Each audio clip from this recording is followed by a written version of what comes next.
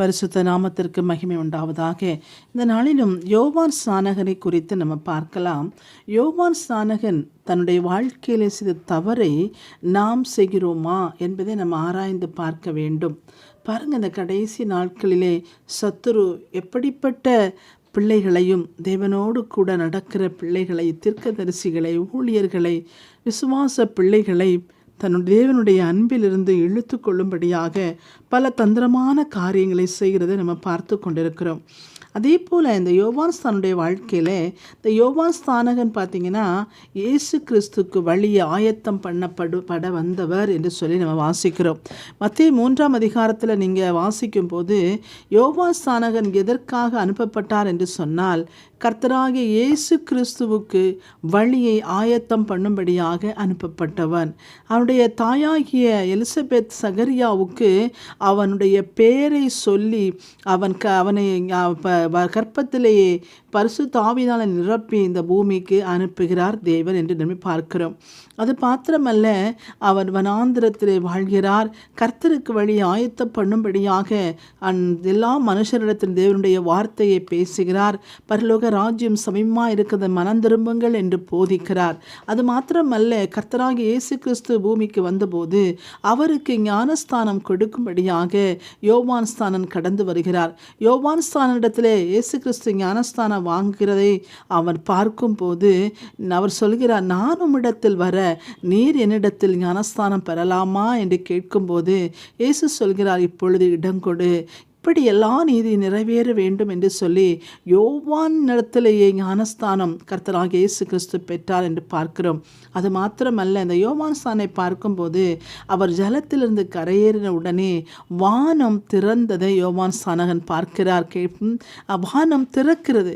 அங்கே ஞானஸ்தானம் பெற்று வெளியே வரும்போது வானம் திறக்கிறது.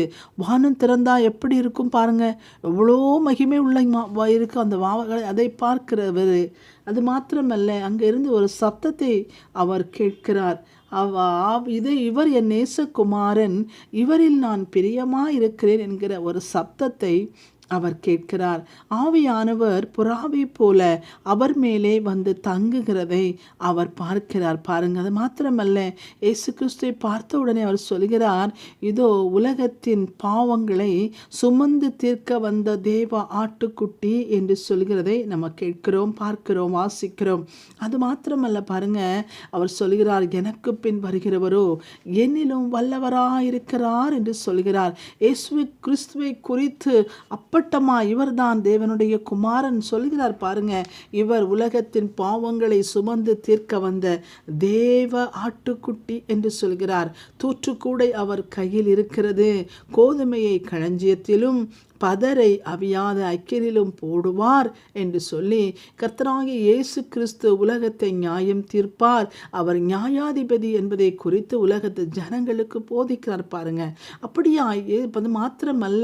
அது மாத்திரமல்ல, இயேசு கிறிஸ்துவை குறித்து அவர்தான் மெய்யான தேவன் என்று சொல்லி அறிந்தது மாத்திரமல்ல, உலகத்திலே அவர் இருக்கும்போது அநேகருக்கு அறிக்கை செய்கிறார். அது மாத்திரமல்ல, யோவான் ஸ்தானை குறித்து பார்க்கும்போது ஸ்ரீகளிடத்திலே பிறந்தவரிலே யோவான் ஸ்தானனை பார்க்கிலும் பெரியவன் ஒருவன் இல்லை என்று சொல்லி நம்ம பார்க்கிறோம். எத்தனையோ காரியங்கள் இயேசு கிறிஸ்துவை குறித்து, அவர் யார் என்றும், அவர் எப்படிப்பட்டவர் என்றும், அவர் யாரால் அனுப்பப்பட்டிருக்கிறார் என்றும், அவர் எதற்காக வந்தார் என்றும், மெய்யாகவே இவர்தான் தேவ ஆட்டுக்குட்டி என்றும், அவருக்கு நியாயந்திருக்க என்று பலவிதமான ஒரு காரியங்களை அவர் அறிந்தவர் யோவான் ஸ்தானன். புறா அவர் மேலே வந்து, புறாவை போல ஆவியானவர் அவர் மேல் வந்து இறங்கினதை பார்க்கிற அந்த யோவான் ஸ்நானகன் பாருங்க, ஒரு நாளிலே தன்னுடைய சகோதரன் ஏரோது தன் சகோதரி ஆகிய பிலிப்புவின் மனைவி ஏரோதியாளின் நிமித்தம் யோவானை பிடித்து காவலில் வைத்திருந்தான் என்று சொல்லி வேத வசனத்தில் நாம் வாசிக்கிறோம். இப்படிப்பட்ட கர்த்தராகிய இயேசு கிறிஸ்துவை குறித்து இத்தனை காரியங்களிலே, இத்தனை வெளிப்பாடுகளை, இத்தனை வகையான கண்களால் அதிசயங்களை கண்டவர், இப்படிப்பட்ட இயேசுவை குறித்தான அத்தனை காரியங்களையும் அறிந்த ஒருவர் ஒரு நாளிலே திடீரென்று என்ன செய்கிறது என்று சொன்னால், ஏரோது ராஜாவுடைய சகோதரன் ஆகிய பிலிப்புவின் மனைவி ஏரோதியாள் நிமித்தம் யோவானை பிடித்து சிறையிலே வைத்திருந்தார்கள். அவன் தகவனுடைய மனைவி அவன் வச்சிருந்தபடினாலே யோவான் ஸ்நானன் சொல்கிறார், இது பாவம் என்று சொல்லி ஏரோதுக்கு சொன்னபடியினாலே அந்த கோபத்திலே யோவான் ஸ்நானனை சிறையிலே வைத்திருக்கிறாங்க. அந்த வேளையிலே யோவான் ஸ்நானன் சிறையிலே வைக்கப்படும்போது வனாந்திரத்திலே போதித்தார். வனாந்திரத்திலே காட்டுத்தேனையும் காட்டுத்தேனை உண்டு வந்தார் என்று சொல்லி நம்ம பார்க்கிறோம். வெட்டுக்கிளிகளை உண்டு வந்தார் என்று பார்க்கிறோம். அநேகருக்கு கர்த்தருடைய வழியை ஆயத்தப்படுத்தினார் என்று பார்க்கிறோம். கர்த்தரை கண்ணால கண்டார் என்று பார்க்கிறோம். தேவனுடைய வார்த்தையை பிரசங்கம் பண்ணினார் என்று பார்க்கிறோம். இத்தனை காலம் வனாந்திரத்தில் அவருக்கு வழியை ஆயத்த பண்ணி கொண்டிருந்தார் என்று பார்க்கிறோம். இப்படிப்பட்டதான வல்லமை நிறைந்த ஒரு யோவான் ஸ்நானகன் இந்த நாட்களிலே சிறையிலே வைக்கப்பட்டிருக்கிறார். சிறையிலே வைக்கப்படும் போது அங்கே துன்பமும் வேதனையும் கஷ்டமும் அவருக்கு உண்டாகிறது. அந்த வேதனை நிமித்தம் கஷ்டத்து நிமித்தம் பாருங்க, எவ்வளவோ பெரிய மனுஷனாக இருந்தவர் தன்னுடைய வாழ்க்கையிலே தவறி போகிறதை நம்ம பார்க்கிறோம். தேவ பிள்ளைகளாகிய நாமும் அப்படித்தான். தேவனை நன்கு அறிந்திருப்போம், தேவனோடு உறவாடி கொண்டிருப்போம், தேவனுடைய ஐக்கியப்பட்டிருப்போம். ஆனால் துன்பம் வந்த உடனே, பாடுகள் வந்த உடனே உண்மையாகவே தேவன் நம்மை நேசிக்கிறாரா? உண்மையாகவே தேவன் ஒருவர் உண்டா? கர்த்தர் என்பவர் உண்டா? அவர் ஏன் எனக்கு செவி கொடுக்கவில்லை? ஏன் எனக்கு உதவவில்லை என்று சொல்லி அவரிலே நாம் இடரல் அடைகிறவர்களாய் காணப்படுகிறோம். பாருங்க, அது யோவான் ஸ்நானனுடைய வாழ்க்கையில அதைத்தான் நம்ம பார்க்கிறோம். மத்தேயு 13ஆம் அதிகாரத்தில் மத்தேயு 11ஆம் அதிகாரத்தில் பார்த்தீங்கன்னா 11ஆம் அதிகாரம் 6ஆம் வசனத்தில் யோவான் ஸ்நானன் 2 பேரை கர்த்தராகிய இயேசுவிடத்திலே அனுப்புகிறார். சிறைச்சாலையில் இருக்கும்போது 2 பேரை அனுப்பி சொல்கிறார், வருகிறவர் நீர்தானா அல்லது வேறு ஒருவரை காத்திருக்க வேண்டுமா என்கிற ஒரு கேள்வியை யோவான் ஸ்நானகன் அந்த இயேசு கிறிஸ்துவிடத்தில் கேட்கும்படியாக 2 பேரை அனுப்புகிறார் என்று சொல்லி நம்ம மத்தேயு 11ஆம் அதிகாரத்தில் வாசிக்கிறோம். பாருங்க, எவ்வளோ சந்தேகம், எத்தனை வார்த்தைகளை தன் வாழ்க்கையினாலே இயேசு கிறிஸ்துவை குறித்து பேசினவர், எத்தனை காரியங்களையும் இயேசு கிறிஸ்துவை பற்றி சொன்னவர்.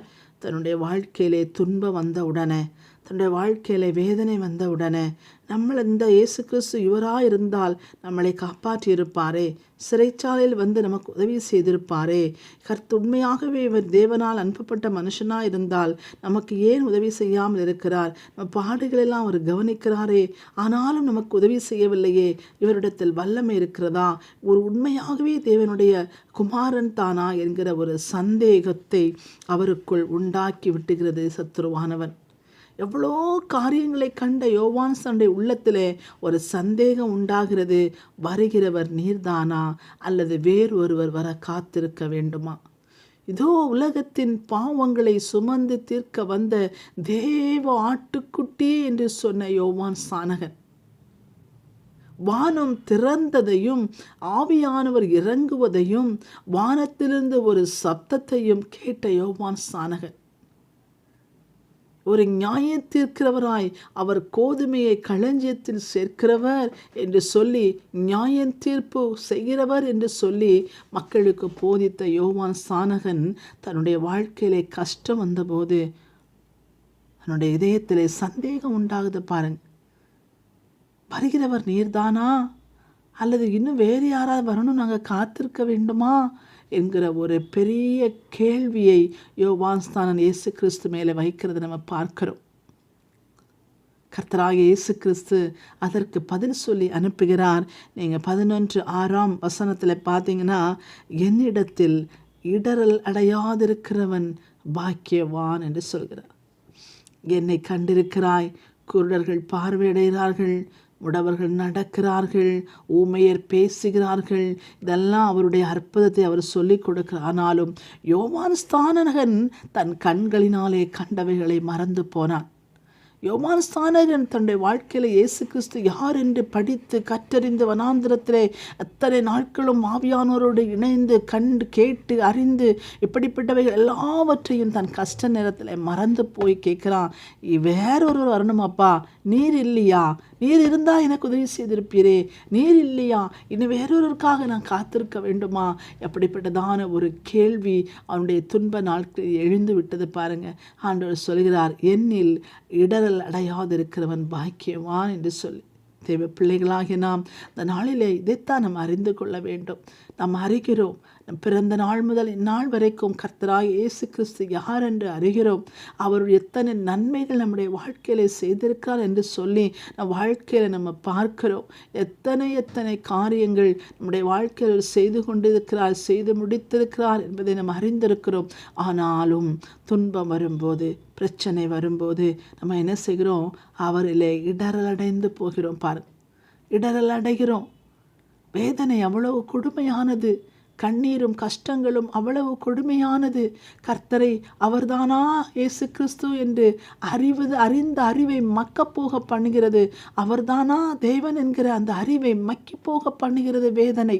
ஆனாலும் தேவனாகிய கர்த்தர் மேலே நாம் ஆதியிலே கொண்டிருந்த அன்பிலே நிலைத்திருப்போமானால், அவர் என் தேவன், அவர் என்னுடைய மணவாளன், அவர் எல்லா நேரங்களிலும் அவர் என்னை காண்கிறவர், எல்லாவற்றிலும் எனக்கு வெற்றி கொடுக்கிறவர். நிச்சயமாக என் தேவனை நான் நம்புவேன், அவர் எனக்கு வெற்றி கொடுப்பார், என் வாழ்க்கையில் நான் ஜெயம் எடுப்பேன். இப்பொழுது வருகிற போராட்டம் இது என்னுடைய வாழ்க்கையை ஒன்றும் செய்யாது, என்னை அசைக்காது என்று சொல்கிற அந்த உறுதியுடன் நாம் வாழ வேண்டுமே தவிர அவரிடத்திலே நாம் இடரல் அடைந்து விடக்கூடாது. வருகிறவர் நீர்தானா, இல்லது வேறொருவர் வரணுமா? அப்போ அவர் பார்த்தீங்கன்னா இயேசுவை நம்பலை, சந்தேகம் வந்துட்டு. இயேசு கிறிஸ்துவை என்னை இடரல் அடையாதிருப்பாயாக, என்னை இடரல் அடையாதிருப்பாயாக என்று சொல்லி அவர் சொல்லி அனுப்புறதை பார்க்கிறோம். இப்போ தெய்வ பிள்ளைகள் நாட்களிலே பயங்கரமான துன்பத்தின் மத்தியில் வாழ்ந்து கொண்டிருக்கிறோம் பாருங்கள். எங்கே பார்த்தாலும் போராட்டம், எங்கே பார்த்தாலும் பிரச்சனைகள். ஆனால் நாம் ஒருபோதும் இந்த கடைசி நாட்களிலே இடரல் அடைந்து விடக்கூடாது. நம்முடைய இதயம் தேவனுக்குள் உறுதியாயிருக்க வேண்டும். நம்முடைய இதயம் தேவனுக்குள் கலிகூற வேண்டும். அவர் மீட்பர், உயிரோடு இருக்கிறார். அவர்தான் உலகத்தை உண்டாக்கினவர். இல்லாதவைகளை இருக்கிறவை அழைக்கிற அவர் ஒருபோதும் என்னை கைவிட மாட்டார் என்கிற அந்த நம்பிக்கையோடு நம்ம வாழ்க்கையிலே துன்ப வேளையிலே அப்படிப்பட்ட விசுவாசத்தோடு நாம் பேசுவோமானால், விசுவாசத்தை அறிக்கை பண்ணுவோமானால், தேவனையே நாம் நம்பி இருப்போமானால், நிச்சயமாகவே தேவன் நம்முடைய கரங்களை பிடித்து நமக்கு உதவி செய்து சத்துருடைய கிரியிலிருந்து நம்மளை விடுதலையாக்கி அவருடைய அன்பின் குமாரனுடைய ராஜ்யத்துக்குள்ளாய் நம்மை நடத்தி செல்வார் என்பதை அறிந்து கொள்ள வேண்டும். அதனால் யோவான் ஸ்நானகன் செய்த தவற்றை நம்மளுடைய வாழ்க்கையில் நம்ம செய்து விடவே கூடாது பாரு. அதனால் தான் ஆண்டவர் சொல்கிறாரு, இந்த உலகத்தில் ஒருவரும் பரிசுத்தன் இல்லை, இயேசுவை தவிர ஒருவரும் பரிசுத்தம் இல்லை பாருங்க. யோவான் ஸ்நானகனே ஒரு பரிசுத்தம் இல்லாத ஒரு வாழ்க்கை வாழ்ந்து விட்டாரே, அப்போ யார் பரிசுத்தர் என்று நாம் அடைய முடியும்? நான் கர்த்தராகிய இயேசு கிறிஸ்து நம் அன்பு தெய்வம், நம்ம தகப்பன், அவர் மாத்திரம்தான் பரிசுத்தர். அவரிலே நாம் இணைந்து கொள்வோம், அவரில் பரிசுத்தராய் வாழ்வோம், அவருக்குள் வாழ்வோம். அவர் நம்மில் நமக்கூட இருந்து நம்முடைய வாழ்க்கையில் பெரிய காரியங்களை செய்து நம்முடைய வாழ்க்கையை செழிப்புற நம்முடைய சந்ததிகளை நடத்துவார். கர்த்தர் உங்கள் ஒவ்வொருவரையும் ஆசீர்வதிப்பாராக. ஆமேன்.